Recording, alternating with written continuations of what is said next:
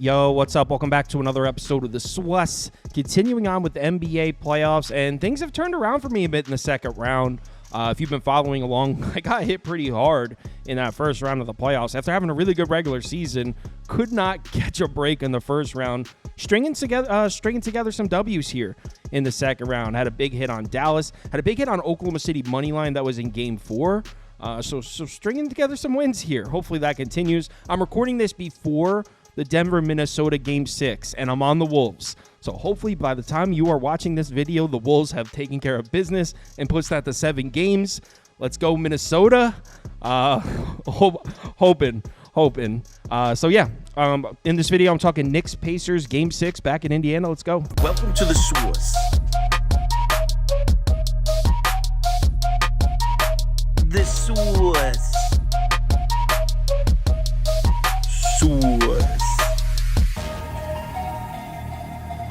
Hey, get the Source. All right, like I said, New York's on the road in Indiana for Game 6. Got the Pacers laying 5.5 points at home. The total sitting at 215.5. Let's take a quick look at the spreadsheet, and according to the model, we see a 1-point Knicks win outright.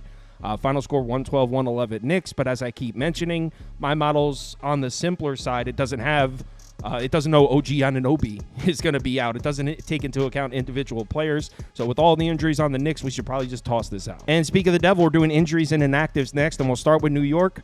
OG Anunoby himself on the report. He's already been ruled out. Unfortunately for us Knicks fan, no OG Anunoby. I did read an article, though, that says there is a chance he can play in Game 7. Whether or not there's any truth to that article, we'll have to wait and see. But as a Knicks fan, I have hope that he comes back for Game 7. On the Indiana side, we got nobody. Not even Tyrese Halliburton, who has been listed as questionable for a few games in this series. Nobody on the injury report as of right now. All right, so let's take a look at this matchup, and there's no need to do a deep dive on this one. I've talked about this same exact matchup 5 times now. This will be the 6th time, so we don't even need to talk about the mismatches. We've gone over them over and over again. On the series so far, I'm 3-2 against the spread. So hoping to go 4-2 here. Let's take a look at Game 5. And as we know, Knicks just beat the brakes off Indiana. I was on the losing end of that one. I had Pacers plus 2.5, and I took Pacers money line, so I took a loss there. Knicks beat them by 30 points. And if you look at the shooting numbers, this is where it gets a little weird. Actually, the shooting numbers are pretty close. If you look at the three-point percentage, 44.4% to 34.3%, the effective field goal percentage for the Pacers is probably higher than the Knicks in this game. And then scroll down to the bottom of this graphic here. Rebounds, turnovers, 53-29, 18-9. Now, I take away 2 things from these numbers. First one being rebounding. 53-29, that might be a little extreme, but the Knicks should be winning the rebounding battle in this series. This is the best rebounding team in the NBA this year against the Pacers, who are a bottom 6, bottom 7 defensive rebounding team.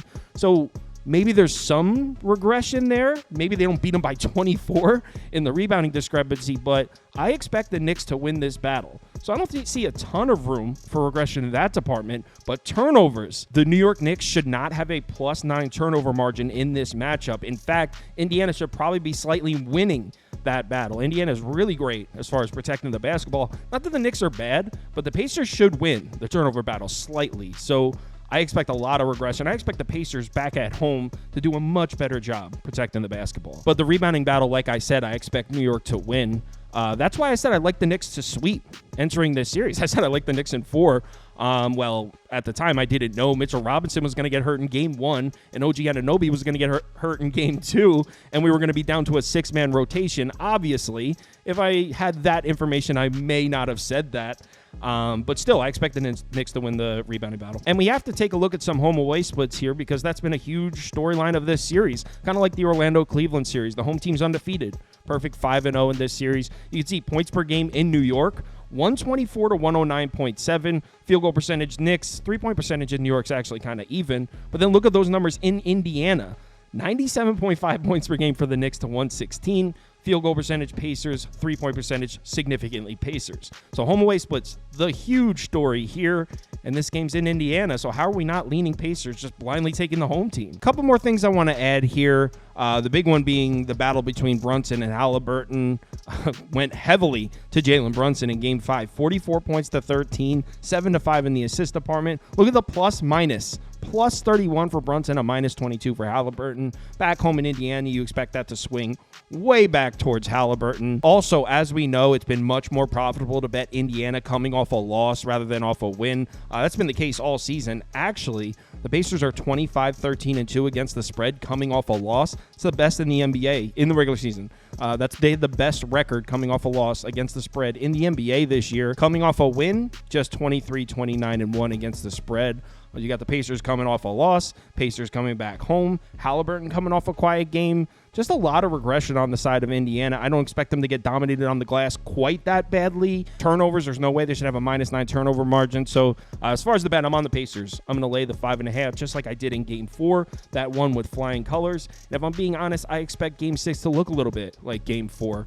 So definitely on the Pacers. If I had to place a second bet on the game, it would be Knicks team total under. And to be honest, I didn't even look at what that was. 1 second. You can get a 105.5 at -115 on Caesars. So that would be my secondary bet here. New York team total under 105.5. But I'll probably end up just playing the points with Indiana. Live show for Friday. We're going to start around 3:30 p.m. Eastern time because we got a lot to get to.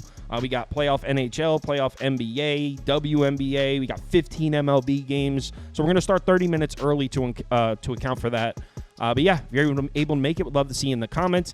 If you want my top bets or top bets from anyone on the staff here, go to KyleKirms.com and sign up for Sauce Network Plus. It also comes with a link to the Discord and all that if you're interested. Let's have ourselves a nice Friday. Let's start the weekend off properly. Remember to bet responsibly, and I'll talk to you in the Discord.